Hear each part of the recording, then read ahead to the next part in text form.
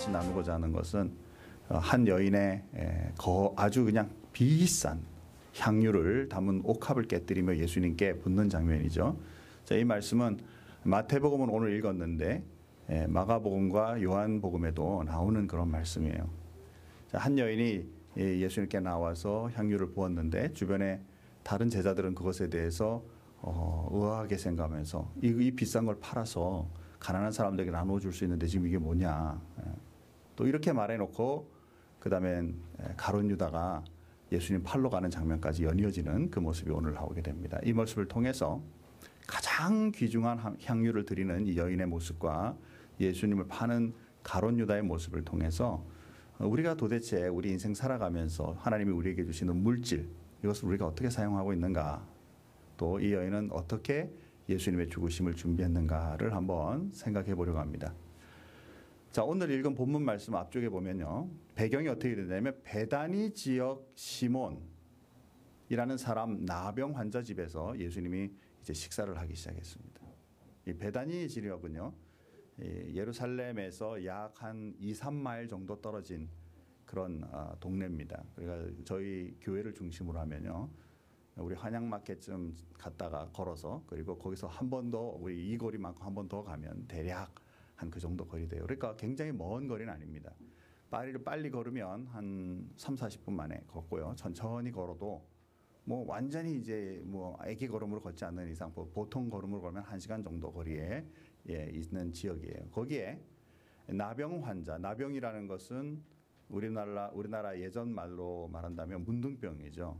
그리고 이 문둥병은 성경에 완전 격리시키도록 되어 있는 병입니다. 그런데 이 시몬이라는 사람이 나병에 걸려 있다가 아마도 고침을 받은 지 얼마 안 된 것 같아요. 예수님으로부터 고침을 받고, 그리고 그 집에서 예수님을 초청해 지금 식사를 나누는 그러한 때인 것 같습니다. 그래서 이제 같이 식사들을 나누고 있는데 한 여인이 갑자기 들어오더니 아주 좋은 향수를 깨뜨려서 예수님께 그것을 붓는 것입니다. 자, 왜 부었을까요? 이게 이제 우리도 그런 생각이 들 텐데 거기 있는 주변의 사람도 동일하겠죠. 자, 우리 오늘 본문에서는 이 여인이 누군지, 이 또 부은 향수가 얼마만의 가치가 있는 것을 부었는지는 얘기하지 않습니다. 그런데 요한복음에 가서 보면 이 여인은 나사로, 지난 주일에 우리 말씀을 나눴던 나사로의 동생 마르다와 마리아 중에 한 여인 마리아이고, 그리고 부은 이 향유는 약 300데나리온 정도의 가치가 있다, 이렇게 표현을 합니다. 300데나리온. 그러면 1데나리온은 사실 노동자의 일당에 해당해요. 그러면 우리 미국에서 밖에 지금 길에 서서 일하고 싶어 하시는 분들을 이렇게 모시고 와서 이제 허드렛 일을 시키면 아직까지 제가 정확하게 기억을 못하고 있는데 아마 미국 최저임금은 7불 25전 내지 7불 50전 정도 될 거예요. 그럼 7불 50전 줄 테니까 일해라 그러면 일 안 하죠. 일 안 하죠. 야, 이건 안 한다고. 그냥 놀면 놀았지 내가 그 돈 받고는 안 한다, 이렇게 얘기하죠. 그래서 그분들 모시고 오면 대부분 하루 일당 100불은 줘야 됩니다. 그리고 이제 한 시간당 적어도 12불씩은 쳐줘야 돼요. 요즘에 여러분 맥도날드 지나가시다 보시면 사랑 구합니다 그래 놓고 시간당 12불 뭐 이렇게 나오죠. 그러니까 상당히 요즘 많이 올랐죠. 그래서 약 100불씩 치면 300데나리온, 그러면 이제 300 곱하기 100이에요. 얼마인가요? 3만 불. 그죠? 그러니까 연봉으로 치면 3만 불. 그런데 이 3만 불이 지금 거의 뭐 이 노동자의 연봉에 해당할 만큼 큰 돈이잖아요. 이 가치가 있는 것을 깨뜨려 예수님께 부었어요.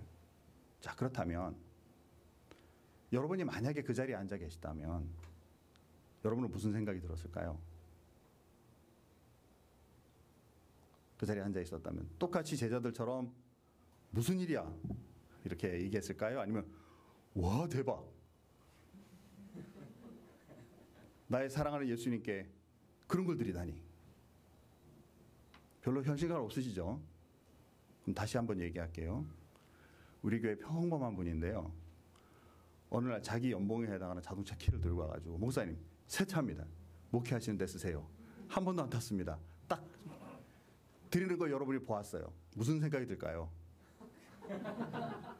한번 따라서 합시다. 와 대박. 정말 그렇게 되기를 소원합니다. 확 부담이 오시나요? 그죠? 아, 이거 정말 우리는 이런 구절들을 그냥 잘 넘어갔는데 한번 잘 생각해 보세요. 이 여인은 지금 여인의 마음은 왜 부었을까요? 심각한 마음이죠, 지금. 자, 한번 생각해 봐요. 여인이 부었을 때 이 마음, 첫째, 여자로서 남자인 예수를 정말 사랑하고 좋아해서 짝사랑의 표현같이 너무 사랑해서 부었다. 동의하시나요? 어쩌면 또 두 번째 케이스는 우리 오빠도 살려주고 우리를 지극히 사랑해 주셨던 분이니까, 사랑하시는 분이니까 내가 이 가치 있는 다 드려도 괜찮다라는 마음으로 드렸을까? 또 한 번은 우리가 정말 사랑하는 분인데 왜 자꾸 예수님 이제 난 죽었다가 살아나야 될 거고 고난과 고통을 받았다가 죽고 그리고 살아나야 될 것이라는 것을 자꾸 말씀하시는 걸까? 그래서 정말 이런 일은 안 일어났으면 좋겠는데 혹시 갑자기 우리에게서 사라진다 하실지라도 나는 내가 하고 싶은 사랑의 표현을 하고 싶다 해서 부은 것일까? 우리는 이 여인의 마음을 별로 안 읽어요. 그죠? 별로 안 읽어요. 같이 있던 제자들도 별로 안 읽었어요. 바로 반응이 뭐였냐면 무슨 의도로 이것을 하느냐? 너 왜 갑자기 이것을 붓니? 그리고 이 고귀한 것을 가져다가 팔아 가난한 사람들에게 주었더라면 훨씬 더 많은 것을 더 유익하게 쓸 수 있을 걸. 굉장히 그럴듯한 이유를 붙이고 있죠. 정의를 가장하고 가난한 사람들을 돌보는 그런 마음을 쓰고 있지만 내면 깊숙이에는 정말 그 마음일까? 또 예수님의 제자들로서 지금 예수님이 정말 고귀한 것을 대접을 받는데 그것에 함께 기뻐하지 않는 마음은 도대체 무슨 마음일까? 사랑하는 성도 여러분, 우리 배우자끼리도 우리 배우자끼리 중에 이제 누군가 선물을 하는데 제 배우자에게 처음 선물이 탁 들어오면 남편으로서 또는 부인으로서 기분이 좋을까요? 나쁠까요? 오늘 엄한 질문을 계속하고 있네요. 지금 보니까. 그죠? 내 배우자에게 정말 지극히 좋은 선물을 해주면서 이렇게 대접하는 거 보면 정말 사랑하는 배우자라면 감사하다. 그죠? 정말 고맙다. 내가 받는 것보다도 어쩌면 더 기쁠 수 있는 것이 바로 내 사랑하는 자들의 그 받는 혜택이 아닐까요? 예수님의 제자들은 도대체 지금 예수님을 무엇으로 생각하는 걸까요? 본문에서. 그리고 그렇게 일을 당하고 있는 예수님의 위치는 지금 어떤 마음, 어떤 지금 기분일까요? 한 여인이 들어와서 최고급의 그 향수를 붓고 있는데 그것을 받으면서 예수님은 너무 고맙다 또는 나도 어떨 게를 받으니까 굉장히 깜짝 놀랄 수도 있겠죠. 그런데 제자들의 반응이 황당하죠. 사람들은 이 여인의 마음에 대해서 관심 없고 오히려 그 가치에다 더 관심이 있고 그리고 그것에 대해서 불평 혹은 분노하며 얘기하는데 예수님은 반응이 다르죠. 지금 오늘 본문에서는 이 일을 선동한 사람, 이 말을 말한 사람은 언급되지 않고 있어요. 그런데 요한복음에서는 이것이 누구인지 무슨 의도인지를 얘기하고 있습니다. 자, 다 같이 한번 읽어보죠. 요한복음 12장 4절에서 6절입니다. 다 같이 읽습니다. 제자 중 하나로서 예수를 잡아줄 가룟 유다가 말하되 이 향유를 어찌하여 300데나리온에 팔아 가난한 자들에게 주지 아니하였느냐 하니 이렇게 말함은 가난한 자들을 생각함이 아니요 그는 도둑이라 동계를 맞고 거기 넣은 것을 훔쳐 가미러라. 아멘. 하기가 껄끄러운데 그래도 아멘이죠. 이 사람의 지금 주변에 있는 사람은 선동되죠. 지금 뭐에 선동돼요? 가난한 사람들에게 그 귀중한 걸 팔아 더 좋은 일에 대해 선동되죠. 그런데 그 일을 선동한 정작 이 가룟 유다는 그 마음에 도둑의 마음이 들어가 있는 거예요. 정말 사랑하고 자기를 가르쳐주고 자기와 함께했던 스승인 예수 그리스도에 대한 그 사랑보다 돈을 사랑하는 마음이 더 큰 것을 볼 수가 있죠. 자, 이렇게 선동되고 있으니 이 여인의 마음이 어떻겠습니까? 자기의 본질은 사랑 때문에 이 고귀한 걸 지금 붓고 있는데 주변에 가장 예수님의 측근의 사람들조차 이해하지 못하는 이런 모습에 대해, 그런데 오히려 예수님은 이 여인에 대해서 마음을 이해하고 그 여인에 대해 반응하시는 모습을 보게 돼요. 자, 한 절씩 조금씩 읽으면 간단간단 설명하고 좀 넘어가겠습니다. 자, 10절 말씀입니다. 오늘 읽었던 말씀이지만 또 한번 다 같이 읽겠습니다. 예수께서 아시고 그들에게 이르시되 너희가 어찌하여 이 여인을 괴롭게 하느냐? 그가 내게 좋은 일을 하였느니라. 아멘. 뭘 하셨을까요? 이 사람들의 선동하는 마음을 하신 거죠. 그리고 하시는 말씀이 괴롭게 하지 마라. 좋은 의도가 아니라는 걸 이미 하시는 거죠. 그리고 딱 예수님 한마디 하세요. 좋은 일을 했다. 누구에게? 나에게 좋은 일을 했다. 인정하시는 거죠. 자, 그러면서 또 이렇게 말씀합니다. 다 같이 한번 읽습니다. 가난한 자들은 항상 너희와 함께 있거니와 나는 항상 함께 있지 아니하리라. 내가 너희와 항상 있는 것이 아니다. 이 여인은 지금 준비하고 있는 그 마음을 내가 읽었다. 언제 떠날지 모르는 그분에 대하여 사랑의 마음으로 이것을 실천하고 있는 것 내가 받았다. 그런데 가난한 사람들은 너희 주변에 항상 있다. 이것은 항상 실천해야 될 얘기지. 이것이 이 여인의 이것을 그런데 비유해서 전락시킬 그런 의미가 아니다. 이 말씀 동의하시죠? 우리 주변에도 밖에 나가면 가난한 분 아직도 있어요. 여전히 있을 것입니다. 그렇죠? 그래서 우리는 이 마음을 항상 품고 이것을 같이 섬겨가야 될 일이지 이것을 마치 정의로운 것인 양 사용하지 마라라는 말씀이죠. 자, 다 같이 한번 또 읽겠습니다. 12절입니다. 같이 읽습니다. 이 여자가 내 몸에 이 향유를 본 것은 내 장례를 위하여 함이니라. 아멘. 무슨 말일까요? 갑자기. 이 여인이 부은 것이 내 장례를 위한 것이다. 예수님이 그 여인의 마음을 읽었겠지만요. 상황은 이렇습니다. 연봉에 해당할 만큼의 그 귀중한 향유를 당시 어떻게 쓰여졌을까를 우리가 한번 관측해 볼 수 있어요. 그래서 어느 날 뚜껑 딱 따가지고 이건 진짜 좋은 거고 냄새 좋으니까 한 방울. 향수는 여기 바르는 거야. 그죠? 여기다 바르는 것도 하고 매일같이 그렇게 바르는 그런 정도의 향수의 가격을 넘어선 귀중한 거죠. 그래서 이 향수는요, 대부분 여인들이 평생에 걸쳐 이것을 가지게 되면 이제 결혼식에 사용하거나 자기를 위해서 결혼을 위해서 이제 그것을 깨뜨려서 아주 멋진 그 결혼식을 위해서 준비하거나 혹은 가장 존귀하고 사랑한 사람들이 돌아가셨을 때 그 사람이 돌아갔을 때 가장 고귀한 것을 깨뜨려 그분의 시신에 발라드려 이제 썩고 그 악취가 날 수 있는 것들에 대한 것을 미리 방지하며 오히려 그 냄새를 감싸주고 싶은 그 마음에 이렇게 사용할 수가 있죠. 사랑하는 성도 여러분, 예수님은 두 가지 케이스 중에 네 자신을 위하여 네가 사용하지 않고 오히려 가장 사랑하는 나를 위하여 사랑하며 표현한 것은 우리가 가장 고귀한 분이 돌아가셨을 때 나에게 한 것과 같다라고 보셨을 수도 있고요. 또 어쩌면 이 여인의 마음속에 예수님께서 나는 죽었다가 고난당하고 죽었다가 다시 부활할 것이다 라는 이 말씀에 의거하여 언제 가실지 모르는 주님을 예배하며 드렸을 것이라는 마음에 그 상태를 아시고 또한 답했을지도 모른다는 것이죠. 분명한 것은 이 여인의 드림은 예수님께서 그것을 이제 앞으로 지시게 될 며칠 있다 당하시게 될 그 고난과 십자가를 예비한 것으로 주님은 받으셨고 그것에 대해 칭찬하고 계신다라는 것입니다. 더 나아가서 뭐라고 말씀하시냐면 13절에 이렇게 말합니다. 다 같이 한번 읽겠습니다. 내가 진실로 너희에게 이르노니 온 천하에 어디서든지 이 복음이 전파되는 곳에서는 이 여자가 행한 일도 말하여 그를 기억하리라. 여러분, 이 여인이 행한 일에 대한 뭘 기억하겠다는 걸까요? 예수님께 드리려면 가장 비싼 거로 드려라. 이거 기억하는 걸까요? 그죠?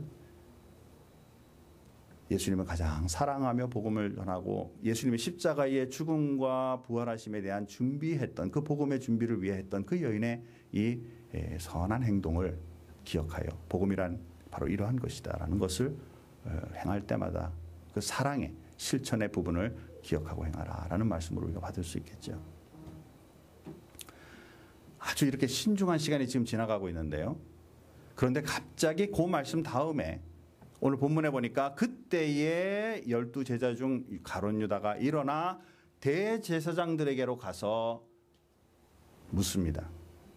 뭐라고 물어요? 내가 그를 너희들에게 넘겨주면 얼마를 주려느냐?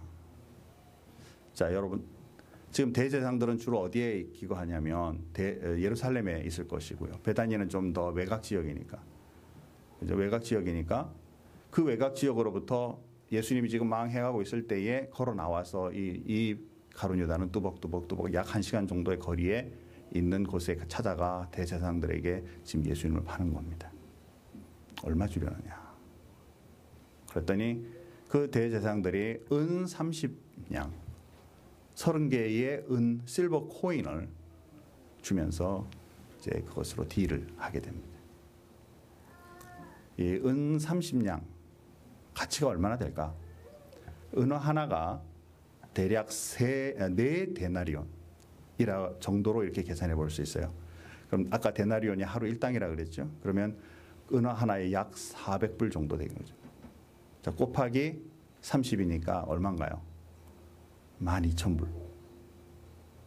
12,000불에 예수님 팔아먹었어요. 사랑하는 성도 여러분, 하도 이게 궁금해가지고 사람 판 거잖아요. 지금 사람 판 거잖아요. 지금 사람 파는 거라서 또 좀 더 찾아보니까 당시에는 노예 제도가 있던 때고 사람을 이렇게 노예들을 팔고 살 수 있는 시대였기 때문에 건장한 남자들, 아주 이렇게 노동력이 좋은 남자를 노예로 살 때 약 100은하를 쳐줬다 그래요. 30은하는 어린 여자아이, 노동력도 아직 약하고 아직 크게 뭐 할 수 없는 그런 그 노예로 여자아이를 살 때 주는 금액 정도 된다고 해요. 예수님께서 이건 지금 반역자로 팔리는 거라 크게 쳐주지 않겠다라는 의도가 들어가 있을 수도 있겠죠. 아무튼 그 가격에 넘겼어요. 왜 넘겼을까? 도대체 이 사람의 머릿속에 무엇이 들어가 있는 걸까? 이 사람의 삶의 방향과 가장 중심을 이루고 있는 핵심이 무엇일까? 돈이면 된다. 예수님을 3년이나 따라다니고 같이 먹고 마시며 그 은혜의 말씀과 그 은혜들, 죽은 자를 살리시고 병든 자를 고치시고 정말 세상의 지혜와 지식으로 들을 수 없는 그 아름다운 말씀으로 그의 삶을 3년이나 훈련했는데도 바뀌지 않는 마음의 중심은 바로 물질이 중심이죠. 여러분, 가룟 유다가 쓰레기 같은 인간이라고 생각이 드시나요? 혹시 나한테는 그런 마음 없나요? 없기를 소원합니다. 명예를 지키기 위해 우리 가족도 다 버려버리고 권력과 권위를 지키기 위해 주변의 사람들 다 밟아버리고 더 많은 이익과 득을 위해 사람들을 등치며 돈 벌기를 노력하고 논문 하나 쓰고 연구하는데 남의 거 훔쳐서 하면서 이거 밟고 올라가 내가 이것을 하면서 내가 그 논문 성취하겠다고 나아가는 그런 모습이 우리가 가룟 유다와 다르다고 생각하시나요? 사랑하는 성도 여러분, 우리의 내면의 세계까지 우리는 30을 주고 팔진 않았지만 우리의 내면의 세계에 하나님을 사랑하는 아름다운 여인의 모습, 그러나 물질 때문에 나의 스승조차 팔 수 없는 그 모습 중에 어떤 삶을 나도 택하고 살아갈 것인가? 나의 중심은 도대체 어디에 속해 있는가? 내가 지금 추구하고 있는 삶의 목표가 내가 들어가 있고 나의 부유함이 있고 내 가족의 편의와 아름다움만 추구하고 있고 그 하나님과 세상과 세계 많은 사람들을 향해 나눠줄 수 있는 이 부분들을 내가 만약에 깊이 묵상하고 가지고 있지 않다면 정말 우리는 다시 한번 이 아침에 우리 자신을 살펴야 된다는 것이죠. 이제 한번 말씀을 정리해 보겠습니다. 사랑하는 성도 여러분, 오늘은 결론이라고 말하지 않고 제안이라고 말씀드리고 싶어요. 우리에게 주신 모든 물질은 하나님은 우리를 향하여 쓰라고 주시는 거예요. 잘 쓰라고. 어떻게 잘 쓰는 것인가? 내가 먹고 마시는 거가 중심이 되는 것보다 주신 그 물질을 잘 이웃과 세상 세계 하나님의 영광을 위해 쓰는 것이 중요하겠죠. 아마도 이 속에는요, 하나님 앞에 먼저 드리고자 하는 헌금 종류들을 좀 여러분 정말 잘 분별해서 드릴 수 있는 그리스도인이 되기 바라요. 그렇죠? 주신 물질들 말씀에 따라서 10의 1조, 감사헌금 이렇게 하나님 앞에 드릴 것들을 먼저 잘 정리하고요. 또 심지어 제가 우리 큰빛교회에 있으면서 어떤 분들이 있냐면 이제 여기 있다가 어디 교수가 돼서 갑니다. 그래서 이제 이사 비용을 주면요, 이사 비용 전체를 하나님 앞에 헌물하는 분들을 본 적이 있어요. 제가 보면서 정말 가슴이 정말 찡하고 눈물이 날라 그래요. 새로 시작하는데 그분들이 이거 가려면 그 비용 자기가 드리고 가야 되는데 이걸 하나님 앞에 드립니다. 첫 헌물을 하나님 앞에 받은 바 이것은 하나님께 하나님 앞에 마땅히 드리는 것이 옳습니다 라고 드리는 그 모습들을 봅니다. 사랑하는 성도 여러분, 액수가 얼마든 우린 그건 상관없어요.